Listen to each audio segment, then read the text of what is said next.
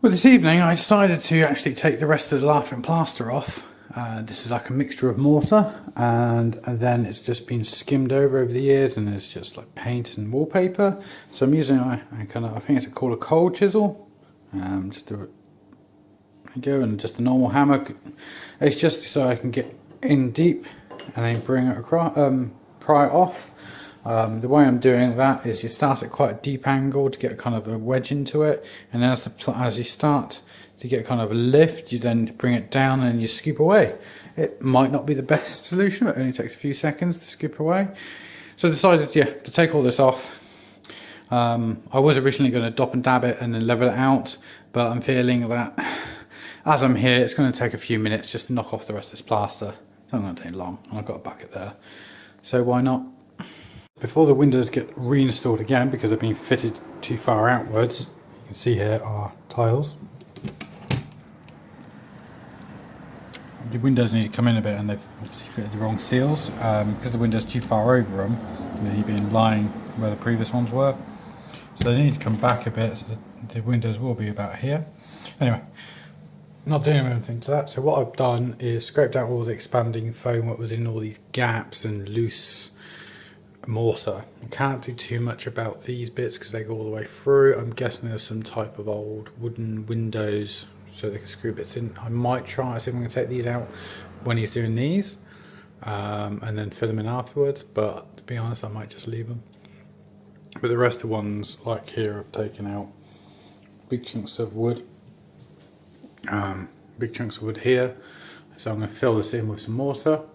I've scraped out all the loose bits. These bits are going to be coming out because I've moaned at the window people for leaving these in. I said, well, why weren't they taken out? So when this gets moved back, before they do that, I'm going to take this out, put a brick in up here, because obviously when this is moved back, it's going to be, don't want that, I want a brick or something to fill it in. Same with this one up here, and this one down here. Bit really shitty of Dunraven to do that, but oh well. So I've cleaned all these up. I'm going to spray these with water, brush them out a bit more because I've hoovered them, but I just need to brush them out. Spray these with water. I've got some muck to go in. Spray these with water, just dampen them so that it sticks a lot easier. That's the only reason. And then hopefully it will stop all the pinhole air gaps. That's why I'm doing this really, is you can feel it's just where there's a hole all the way to the cavity in here, like in here, all the way to the cavity. And it only takes half a brick. So I'm going to fill them all in, and hopefully it just keeps the air from penetrating to the foam back plasterboard when I get it. So it's just a bit more extra protection. I've got some more of the lathen plaster off. I've left the bit at the top there because as you can see that I took a bit of it off and it actually went straight into the attic, so it's letting air down. So for now I've left it there until we've actually ready to put the new plasterboard on. And what I've started to do over here the other day, I started to seal this in with PVA, just to seal it, just to stop all the dust getting there. Ideally what you want to do is put a mixture of water and PVA on there, let it go tacky, and then you plaster straight onto it. But we're not using plasterboard, we're using a foam back plasterboard installation layer, and that's going to be, excuse the idiot cars outside, that's going to be dopped and dabbed on with a mechanical fixing or a plastic type of screw into the wall, or stainless steel screw to hold it in there just in case of fire.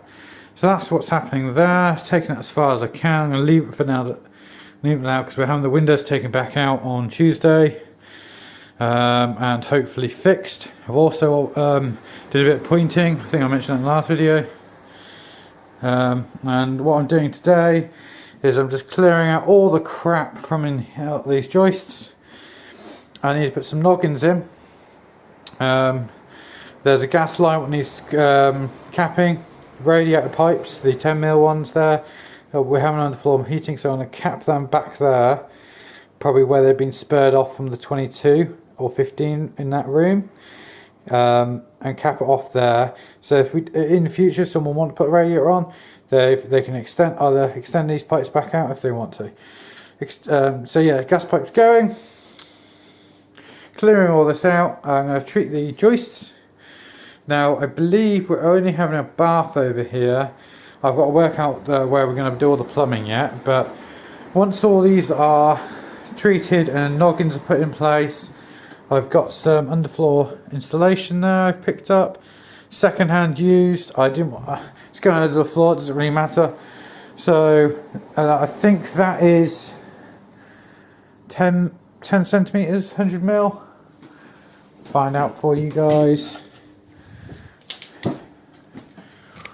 So let's grab tape measure. So that is 9 centimeters, 3.5 inch. Focus, please. 3.5 inch, 9 centimeters. The joists we're putting inside of are, I believe, 12 inches, give or take. No, they're not. They are 8.5 inch.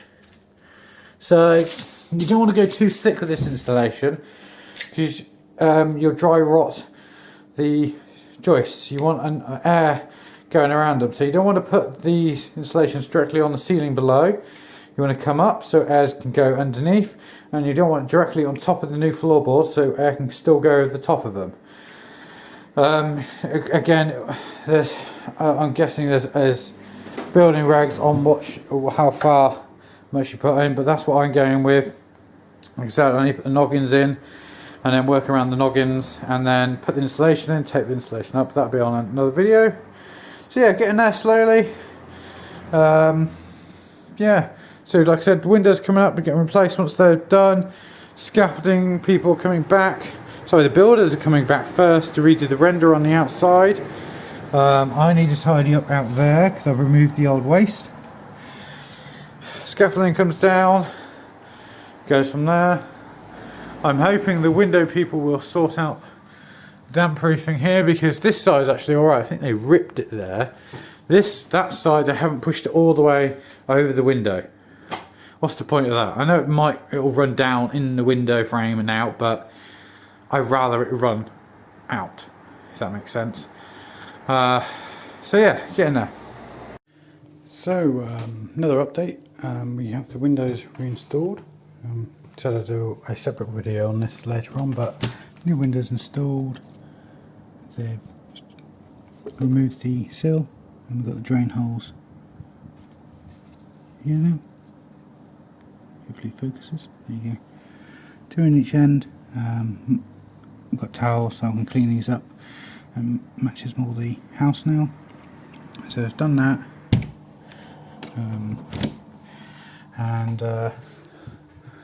They've had to come down a bit because the seals weren't as thick, so they put a focus please, a spacer, expansion bit at the bottom basically, so which leaves a bit more of a gap at the top here, but that's okay. It's about 1 centimetre. I can sort that out. They did a bit of expanding foam on it, and so what I'm doing now is trimmed all the expanding foam, just putting silicone down it. I've got to fill these holes in. These are just where the old frames used to be. I'll show you the steps. So these used to be inside the wall, obviously they've been cut out now. So I need to fill that in with a bit of brick and mortar. The silicone will be hidden because obviously I'm going to put plasterboard on this and silicone again. I've just done it so that it just gives it a nice seal. I'm going to put a bit of expanding foam from the outside as well at some point. So I'm just currently doing this side as well now. Just got all the expanding foam off. You see where I've trimmed it all down. I'm just going to put a bit of silicone down here. So they had to do the same here. They put an expansion slot here. You didn't have a long enough piece, you had to put that in. So I'm going to have to seal that up because I can feel a bit of air coming through. So I'm just going to put some silicone from the back. And I put 10mm here. So you put a 10mm there. And I'm guessing that's a 5mm there. Just fill the gap nicely. Same again, a bit of a gap up here. And again, put the space down at the bottom. All I'm doing with silicone, I've got square pieces of tissue, silicone gun, just running a bead down, flattening it out with my squeegee thing, which is over here. A squeegee thing, not too cool. That, and then just clean it up with a bit of wet tissue as I go along. And that's it really. I've done some more of these floorboards. My partner helped me coat some of the floorboards. So I take the floorboards up and coat some of the joists. So we've done few of these joists now. I've only got a course of the room, got a bit more to go all the way across, and as I'm going across, I'm gliding up underneath the floor, all the rubbish and stuff. So I'm using this triple protection wood treatment from Everbuild. I decided to treat a single joist for this test area, see how it goes on. It's late night, I just want to see how I apply it and how easy it spreads. It says on the back to do 1 to 3 coats, and between each coat let it dry. So in theory, you could do 1 coat like I've done tonight, let it dry and do another coat tomorrow. So my plan, these look like they've never been treated. You can see a bit of the rot here where the nails have been. It's only a surface and it chips away. This old gas pipe's being removed. That's not connected, I believe, so it needs removing. It's the old lead pipes going down. This radiator's been removed. These are going to have to stay, but I'm going to ask the electrician to put through 1 hole because there shouldn't be 2, and then we're going to put a board or something across here to strengthen all this up, because we've got 2 holes through that one and a notch, which is going to weaken the joist there a lot. So hopefully there's not too many of those situations. We've got some notches over here, but again there's no holes with them, so they should be okay. Obviously putting noggings or bridging in should help. Cleaned up some of in here with Hoover. I'm not going to do too much more. I think that's good enough now. Hopefully that's going to be attached enough, because what they do, they put this muck, I'm guessing like adhesive, on the back of this, push it up and it seeps through these battens, and obviously it's all coming away. We've got to redo the kitchen anyway, so if it does start to come down, no big deal. I would have assumed, because what they've done in the kitchen has got the original ceiling, which you see here, obviously had all this stuff coming through like there, and they've put another plasterboard on top. So hopefully what they've done, they've dopped and dabbed it on and then screwed it into the timbers here, so I haven't got to worry about it falling down or replacing it, but we'll see. Anyway, that's enough for tonight. So this is a Saturday morning, afternoon update of the bathroom. So last video said the windows have been fitted, and so we started the boxing, taking out the old frame what was sat in here. I think I showed the wooden parts what was stuffed in there, these bits, the old frame. So I'm just filling those in now. They're going in now. I need to redo all this up. I need to do the insulation in a bit. But yeah, that goes up to, so it's in line with the brickwork. And same with the other side, that's been done as well. And the bottom's currently doing that one over there. You just see it there. Bricking up that, cleaning that up a bit. I might speak to the builder about redoing the damp proofing, because what it should do, we've got a lintel on the outside which is a bit lower than this. It should have gone above, not under, but there is some new builds I've seen where they've got a little gap at the top here, and this should come out, the water should come out, and it's not going to be loads, is it? So it might be alright, see what happens. So we've got about a centimetre gap above the windows, should really be probably half that or less. But we can expand foam into that, which already has, but I'm going to do some more once I spoke to the builder, and get the trim on the outside all sorted and squared away. I'll put some silicone down here just to clean up some of the air holes. This is a bit more or less drafty in here. Obviously when we've got plasterboard on, none of this be seen, so I'm not don't care too much. So I'm going to put a very thin layer of mortar on here to level it out, and then put some damp proofing all along here, along up here. And you can do a cut into here. This one wouldn't need it, but this one would, because that's going out to the outside. So damp coldness, and we don't get damp in here, but it's just belts and braces. So you can cut a line through these most of the way through, because the cavity will drying out the other side of this brick, cut all the way down through here, put your damp-proof in across, but I'm just going to lay it on top because it doesn't get too bad here because the way the house has been built, we've got a wall there and the wind doesn't hit this part of the house. I mean, we don't get sun either, but it's not under full weather, so it doesn't get too bad. So yeah, that's my, hopefully get that done most of the weekend, hopefully. And then up here, what we're going to do is, once this is squared away, is put some insulation. I'm going to cut a sliver of that, put it up there, seal it up with some tape, insulation tape, and then it'll be insulated plasterboard on top of that and down the sides, and then Bob's your uncle. Bit of a change of plan.